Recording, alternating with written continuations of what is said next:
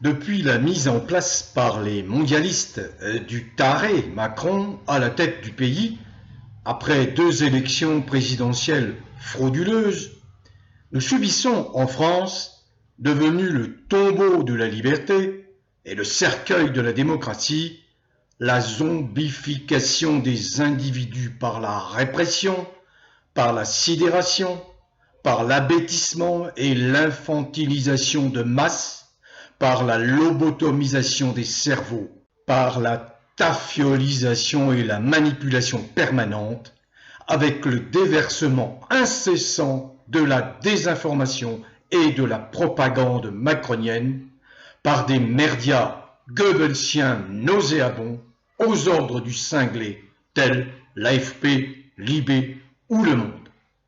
Son objectif, transformer les Français en un peuple de dégénérés, à l'image de la vermine macronienne, face à ce régime dictatorial totalitaire, despotique et népotique, aux mains d'une poignée de dépravés. La lâcheté sans nom des députés s'affiche sans vergogne, alors que beaucoup d'entre eux sont illégitimes parce qu'ils ont été très mal élus, mais ils sont trop grassement payés. Et leur lâcheté n'a d'égal que leur inutilité crasse, doublée de leur abyssale inculture. Ils laissent perdurer depuis 8 ans la souffrance des gens. Ils ne s'émeuvent pas le moins du monde de la répression hors la loi, déclenchée par le fou allié, celle en particulier qui a frappé férocement les gilets jaunes. Je vous invite à découvrir sur l'excellent site Profession Gendarme le témoignage poignant d'un opposant que Macron a fait emprisonner pendant plus de 5 mois sans réelle raison entre 2021 et 2022. Depuis 8 ans, ces députaillons sans nom laissent faire le déglingué et sa clique, ferment les yeux sur des lois infâmes qu'ils contribuent même à faire passer, comme ce fut le cas pendant l'escroquerie invraisemblable de la fausse crise sanitaire dont l'imposture, enfin, a été révélée. De surcroît, Macron s'en prend aux enfants, qu'il veut transformer en proie docile pour pédophiles, au sein de l'école de la République, dont la mission est désormais de former un cheptel pour détraqués sexuels genre Hilde Epstein. Que font les députés Lavette sans couilles pour mettre fin à cette atteinte gravissime, sordide contre nos gosses? Ils ne mouffent pas, on ne les entend pas. Silence plus qu'assourdissant. Depuis l'avènement du détraqué Macron et de son acolyte Jean-Michel Trogneux, le corpus législatif, c'est-à-dire l'ensemble de nos lois, a été totalement gangrené, pollué par l'arrivée de lois scélérates, superfétatoires, superflues, totalement inutiles, qui ne servent qu'à installer la dictature macronienne, sans parler des règlements pourris, destinés à museler la libre parole et entraver toutes les libertés. Le Conseil constitutionnel, théoriquement garant du bon respect des lois de la République, est aujourd'hui totalement corrompu et il avalise systématiquement les lois macroniennes.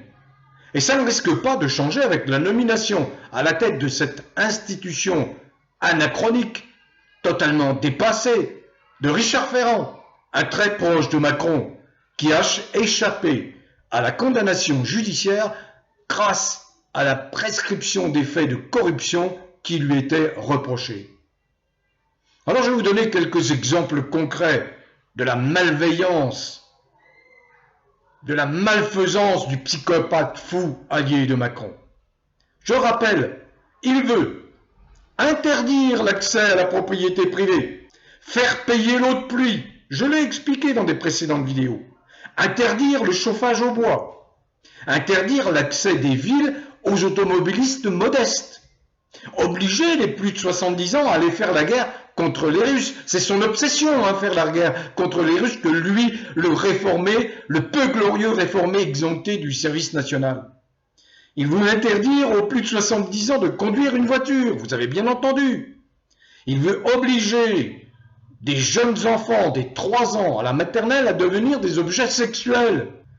Il veut supprimer le RSA. Il veut supprimer la sécurité sociale. La liste est bien plus longue, elle est loin d'être exhaustive. Alors inquiet pour son avenir, l'affaire Blichel n'y est pas étrangère à son état émotionnel actuel. Macron devient parano et il agit comme tous les dictateurs dont le règne va prendre fin, dont le règne est menacé. Il intensifie la répression. Il ordonne à ses flics macroniens, serviles, sans cervelle, de fliquer, de ficher le moindre suspect signalé par sa milice de déjantés. L'affaire visant son acolyte Jean-Michel Trogneux l'a rendu particulièrement nerveux, fébrile. Voilà pourquoi on assiste à une dérive totalitaire fasciste très préoccupante. Alors c'est la raison pour laquelle des hommes courageux montent au front. Je vais en citer 2. Des hommes qui ont servi au sein des forces publiques. Les 2 ont servi au sein de la gendarmerie. Des hommes pour lesquels l'honnêteté, l'intégrité, le respect de la loi et du citoyen demeurent des valeurs cardinales.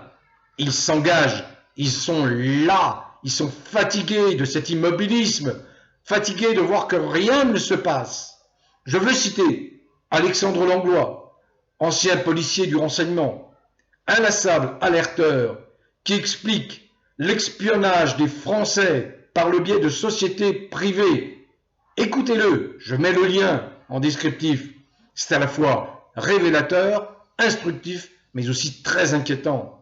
Je veux citer également l'initiative de l'ancien capitaine de gendarmerie, Xavier Moreau, qui crée son propre parti, lassé par la lâcheté des parlementaires, qui aurait dû mettre fin au cauchemar Macron depuis belle lurette, et qui ne bouge ni pied ni patte. Effectivement, leur situation est confortable.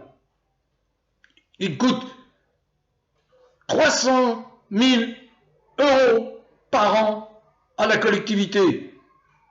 Je rappelle que ce sont ces députés qui, depuis 2022, détiennent de fait le pouvoir. Pourquoi? Parce que Macron, depuis 2022, les législatives 2022, et ça a été confirmé de façon encore plus nette en 2024, Macron ne dispose plus d'une majorité pour gouverner. Et ils ont tout loisir d'activer l'article 68 de la Constitution qui permet de destituer l'usurpateur Macron. L'ont-ils fait? Non. Si, il y a eu l'initiative de la France Insoumise du député Antoine Léaumont, mais ce sont les Marine Le Pen et le Rassemblement national qui s'y sont opposés. Marine Le Pen, le Front national, qui se sont depuis largement macronisés. Enfin, je veux aussi parler de Marie-Estelle Dupont, une psychologue, qui interpelle les parents, qui les alerte contre cette soi-disant éducation sexuelle à l'école, qui est un non-sens total, absolu, dont la nécessité est vivement, radicalement contredite par tous les vrais pédopsychiatres et scientifiques. François Dubois, vice-président de Profession Gendarme et ancien officier de gendarmerie, avait dès janvier 2024 lancé un appel contre cette intrusion de la sexualité à l'école, mettant en exergue l'article 227-22 du Code pénal qui vise à réprimer l'incitation à la pédophilie. Pour conclure, je voudrais que vous preniez conscience de l'immense danger de guerre que nous fait courir Macron, que fait courir Macron aux Français, vexé comme un pou par Trump qui l'a considéré comme le minuscule microbe politique qu'il est. Macron a décidé d'entraîner l'Europe dans un affrontement sans merci avec la Russie. C'est son obsession, parce qu'il a été ridiculisé par Poutine. Vous vous souvenez de l'épisode de la table de 7 mètres. Macron veut lancer donc l'Europe dans un affrontement sans merci avec la Russie, une folie pour défendre le régime néo-nazi du dépravé cinglé Zelensky que Trump vient de renvoyer sans ménagement dans ses foyers après que celui-ci a refusé de faire la paix comme sont en train de s'y engager Russes et États-Uniens sous l'impulsion et de Poutine et de Trump. En réponse, le narcissique Macron, qui souffre manifestement d'une hypertrophie du moi, veut envoyer 30 000 soldats sur le sol ukrainien. Il veut débloquer des centaines de milliards d'euros pour aider l'Ukraine. La France est en totale faillite, avec plus de 3 300 milliards de dettes. Mais non, il va envoyer des sommes d'argent considérables pour maintenir les tensions, engager un conflit contre la Russie. Donc il veut débloquer des centaines de milliards d'euros pour aider l'Ukraine, néo-nazie, et déclencher l'apocalypse nucléaire, cette arme atomique qu'il s'apprête à céder.